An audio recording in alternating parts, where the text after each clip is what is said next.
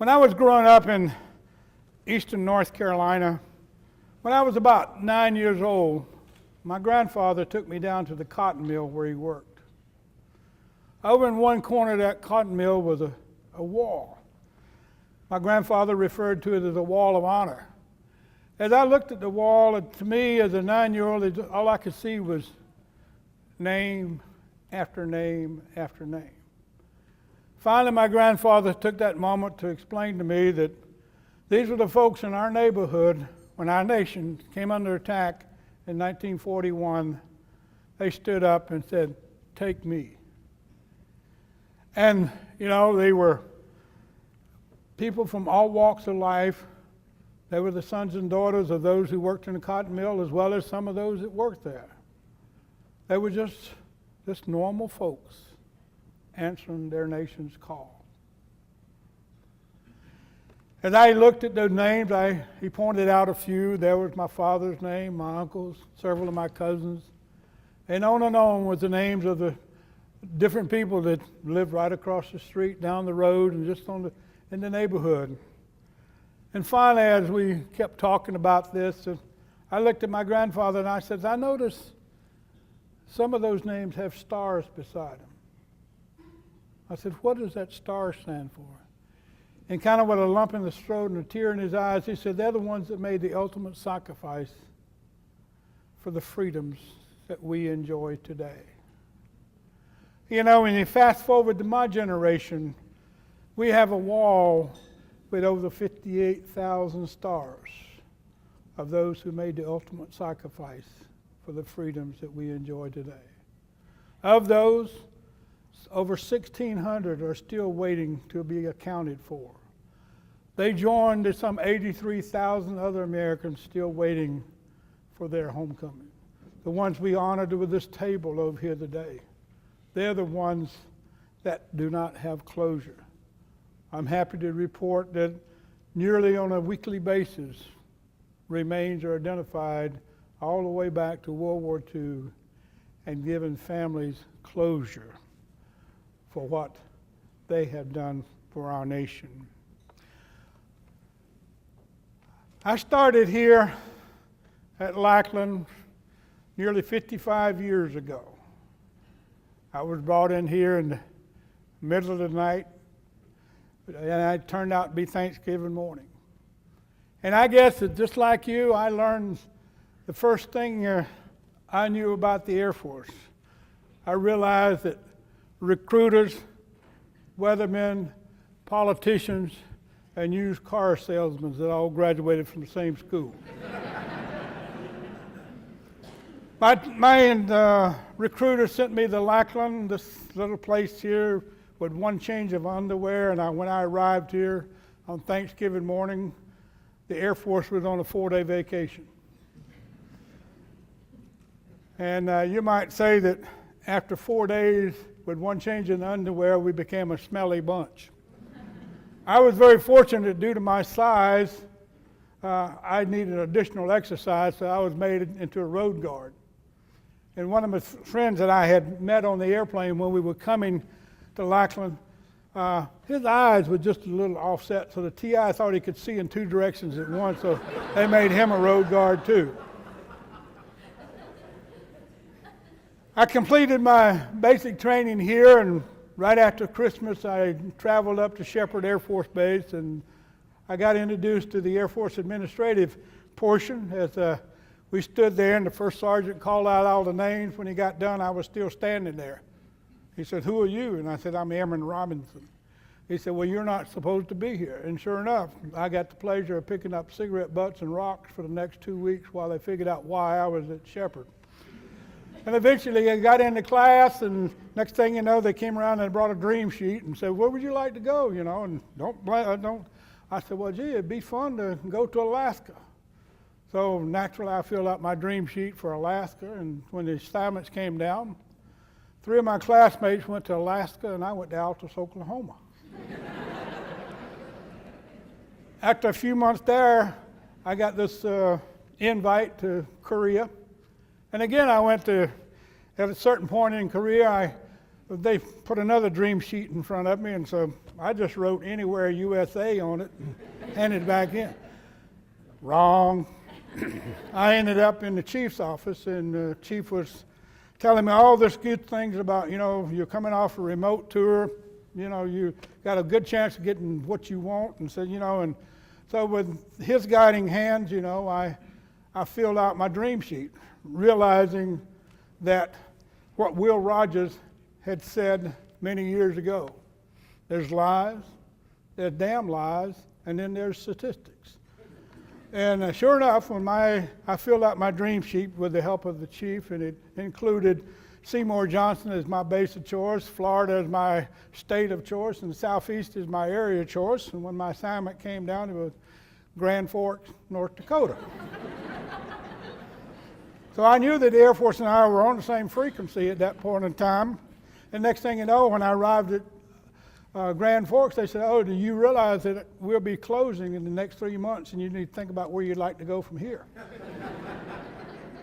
And I was reaching the point where I had to sign or not sign as to my Air Force career, and I was pretty well close to just heading back to North Carolina and forget it, but I didn't.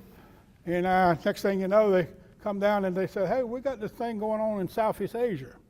Would you like to participate?" And I'm sitting here saying, "Well, I don't know, And then you realize that, combat on your resume looks pretty good. So, that everyone was volunteering because they want to get in there. And we honestly thought there's going to be a short war, and if you want to get involved, you better get involved quick, because it was going to be over before you knew it. So people were leaving left and right. And then I started thinking about what I'd seen the last few years. I think that I was probably one of the fortunate airmen that came along, because I had my supervisors were World War II veterans and Korean War veterans who had been there, done that, and had the T-shirt. And so, I got to listen to the stories, and I was there when they were sitting around talking about the Bay of Pigs in 1960, and talked about the failure. And we basically, the real failure in the Bay of Pigs was communication. It turned out to be a total fiasco, because the Air Force wasn't talking to the Air Force wasn't talking to the Navy wasn't talking to the Air Force, and nobody was talking to each other. And so everybody just assumed they'd do the right thing, but nobody would, you might say, take in charge. Just a year later, right after I came in the military, we had the Cuban Missile Crisis. Those problems that had come up as a result of the Bay of Pigs had been solved. And as a result, everybody was on the same page. In a matter of a few days, Russia was loading up its missiles and taking them back to Russia. So just the difference of just communicating at that point in time changed the world as we know it today. For Cuba, to me, I rise great pleasure is that Fidel Castro, a couple of years ago, admitted his biggest failure as a leader in a communist country was challenging the United States of America. And so, proud to be a part of that. I was in Korea when our president was assassinated. And again, these guys that I looked up to, let's just calm it, let's just figure out what's going on here, let's don't get overexcited, let's don't fly the first bullet until we know what's going on. And sure enough, we saw America go into a smooth transition from one president to another under difficult circumstances. And so now, this thing called Vietnam. I was there when President Johnson took to the airways and looked America straight in the face and said, "I'm not going to send American boys to do what Asian boys should do for themselves."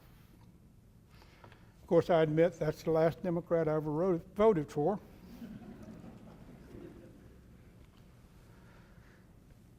Well, when I left in April of 1965 for a 3-month tour in Southeast Asia, I learned when I got there I was part of a rescue team that was flying into North Vietnam and hopefully rescuing American pilots who had run into trouble. We were sitting right on the border. We realized instantly we didn't have what we needed to do the job, but we would make what we had do it.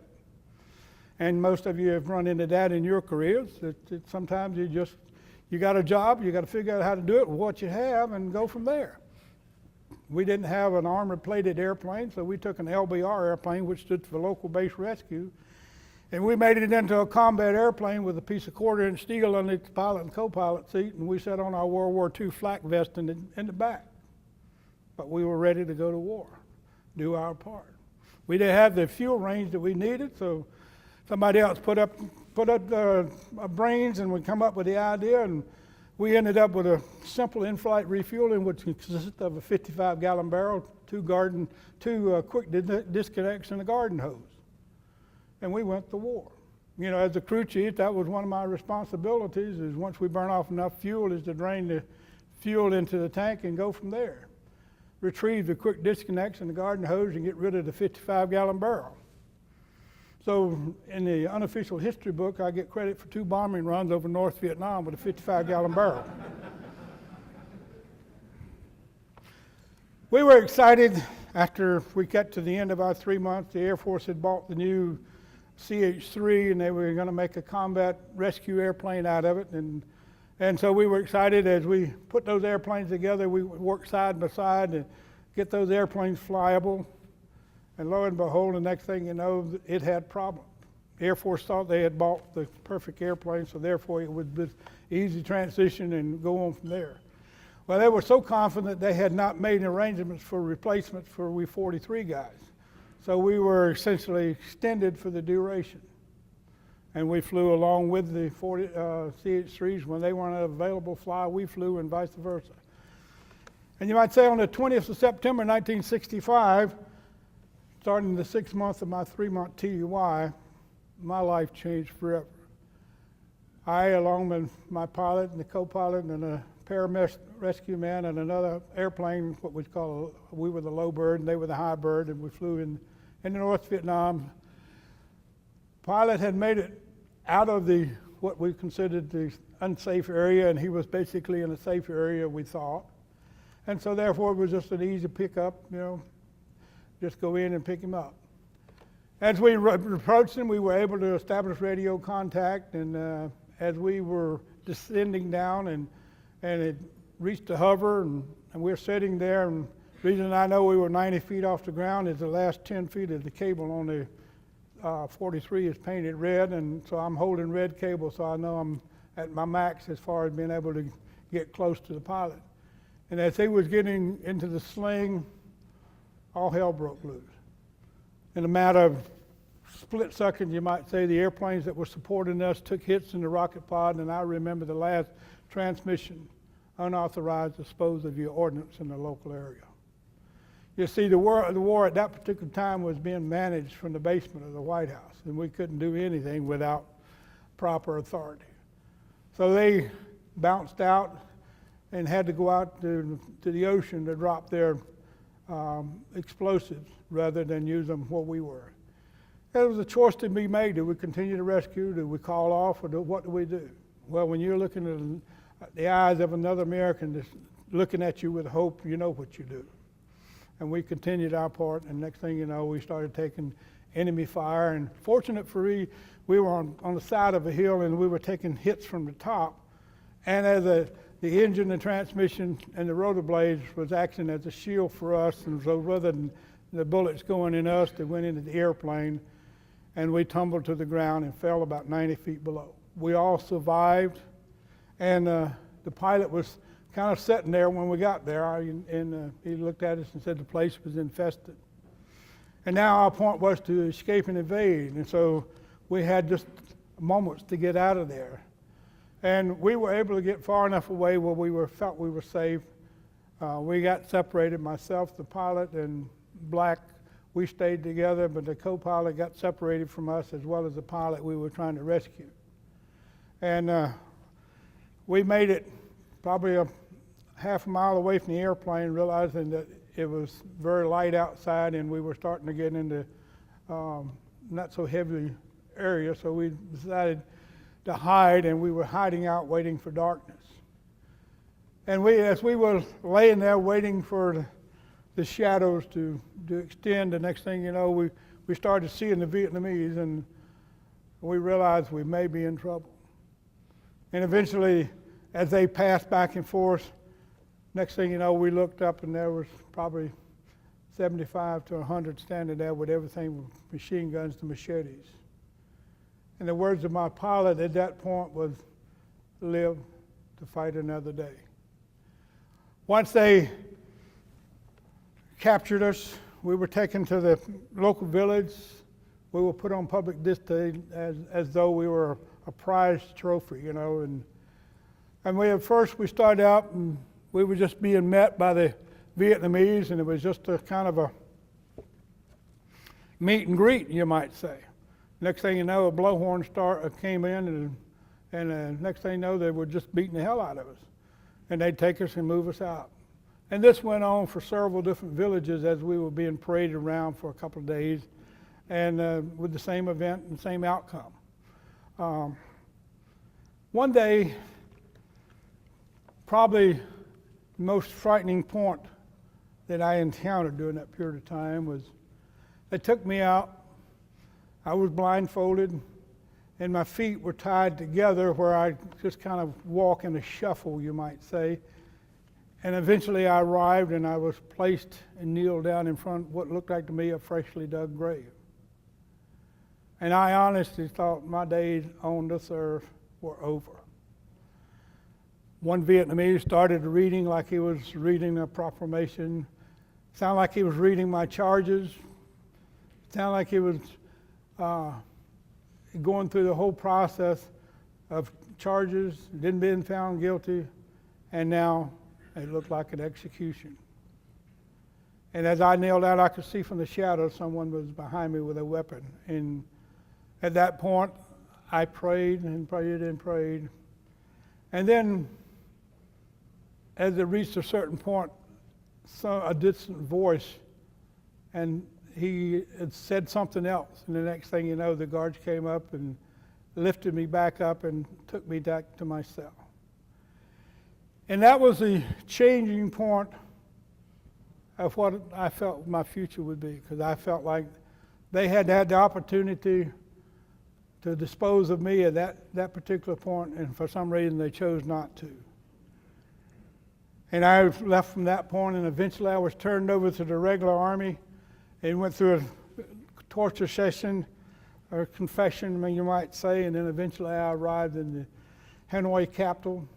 And I was taken to a place that I didn't know at that particular time, and as we got about a block away, the guard took our blindfold off of us and identified what we now know as the Hanoi Hilton. And he used the word home as I looked at a wall that was 25 feet high with broken glass and concertina wire on it. And I'm thinking San Francisco, and he's thinking this. I think I was very much filled with optimism as I realized that, the negotiations were going on. This was going to be a short war, and so I wouldn't be here long, if any period of time at all. So, we were excited in that point. And once those doors opened, you went inside, and when they shut behind you, you realized this could take a while. I was ushered back into the back corner of what I know as the Hilton, and what I later we call New Guy Village. I was put in a cell about 6 feet by 6 feet. It was small enough that I could stretch my arms and touch the walls. The only thing it had in it was a bed that was designed for a Vietnamese, about 4.5 feet, 5 feet long, about 16 to 18 inches wide, with a bucket in one corner, and that was the extent of the accommodations. No more had the guard rounded the corner than I heard a voice. First, he identified himself as Colonel Robinson Reisner, the senior ranking prisoner of war at that time. And his first words to me was, "Be prepared to die for your country." I was 1 month past my 22nd birthday, and I could think of all the other things I could be doing at this part in my life. But I understood what he was saying. Then he responded with, "If we survive, we must return with honor. And so you might say the rules of the road were already set in concrete in just those simple words. Then he said, learn the tap code. At that point, I didn't have a clue what he was talking about. But eventually I learned it was just a simple code, because the Vietnamese really didn't like us, wouldn't allow us basically to talk to each other. We were all in solitary confinement. And so we used a tap code, which is basically you took the alphabet and you dropped a K out of it and you're making it a square 25. And then when you tap, first you would tap the row you on from top to bottom, and then you would tap the letter from left to right. For instance, if you wanted to send a C, first row, third letter. An R essentially would be fourth row, second letter. And a Z would be 5 and 5. You could see where that would be much simpler than the long code. The long code was an A was one tap and the Z was 26. And so, this became our lifeline. We used it in every form of fashion we could. Most important thing is because we were convinced it was going to be a short war, and we wanted names. We wanted to know who was there so that if anybody got the opportunity to go, we'd be able to account for everyone there. And so, that was one of the goals we kept all the way through our captivity, was to memorize names, just in case someone got out or escaped or whatever, so we could make sure that we had a full accounting of each and every person there. We went to the extent, after we moved out of solitary confinement, I like to say that I was one of the fortunate ones. I only spent about 6 to 8 months in solitary confinement, where some guys spent as much as 7 and 8 years. When I think about it, I realize that as I was sitting there in that cell, they shoved in a short shirt, a long shirt, short pair of pants, long pair of pants, all looked like pajamas, a bar of soap, tube of toothpaste, a toothbrush, a hand towel, mosquito net, and a blanket. In the beginning, I didn't realize they would be my worldly possessions for the next 8 Thanksgivings, 8 Christmases, and 8 New Years that I would ring in captivity. You might say that we weren't wearing the American fashions. We weren't wearing Nikes. Our shoes were cut out of the sidewall of an old car tire.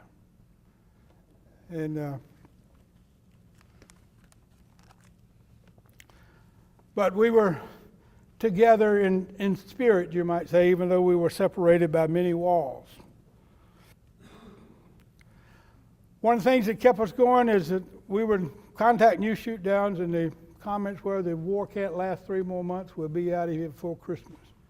So we in so many ways lived on that 3-month hope that each day we would be going home. I chose a 3-day stay. Yesterday I was shot down, today's today, and tomorrow I'm going home. Yes, you might say that we lived on hope. The words of wisdom from our leaders were simple. Never give up, never give in, roll with the punches, bounce back, be ready for the next round. Probably the most strength that I had came from the simple words that my mother said many, many years ago when I was just a young lad. When she looked me in the eye as a small child and said, "Billy, you'll never be burdened more than you can stand." And I felt like in many ways I was tested as to what I could survive with. But our simple goal was to return with honor. The Vietnamese referred to us as criminals simply because they felt that we had done harm to their country, and they refused to allow us the privileges of being prisoners of war. When I think about heroes, I think about the men in the South. I was with a couple of those guys a couple of weeks ago when we buried one of the guys in the South When I think about, I was enjoying luxury accommodations. When they were captured in South Vietnam, they walked over 1,200 miles through enemy territory. They walked through South Vietnam, Cambodia, Laos, and North Vietnam, and eventually, after 2.5 years, arrived in the Hilton. But when I think of real heroes, I think of the families and what they went through. Could you imagine a mom having to get up every morning, put on a smiley face, and say, everything is okay, the daddy's coming home soon? And she had to keep going from that point, but they moved forward. You know, I say that it was 4 things that kept me going, and I call them my 4 faiths. Faith in myself, faith in those around me, and faith in my country, but most of all, faith in my God. One of the things that we always reminded of as we went through torture, but you had to keep under control what you could live with the rest of your life. Yes, I could easily describe our POW life in as simple as hours, days, weeks, months, and yes, even years of boredom punctuated by terror. We saw the ups and downs of war. We saw the peace on the horizon in 1972 when everything was settled except one issue, what to do with the prisoners of war. The Vietnamese said, you go in the house and we'll send them later. President Nixon says, no, we'll all leave together. He stopped the withdrawal of American troops. And when the Vietnamese got up from the table and walked off, he introduced what was referred to as Linebacker 2. In a matter of 11 days, we dropped more bombs than has ever been dropped in the history of mankind. So in closing, one of the things that I like to say that I received a welcome home that belonged to many of my brothers who were brought in the hushing of the night.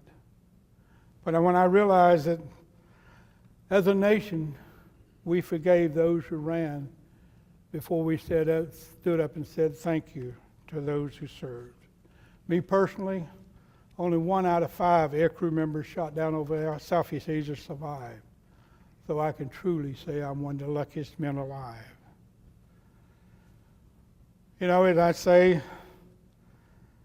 some dream the dream, some live the dream.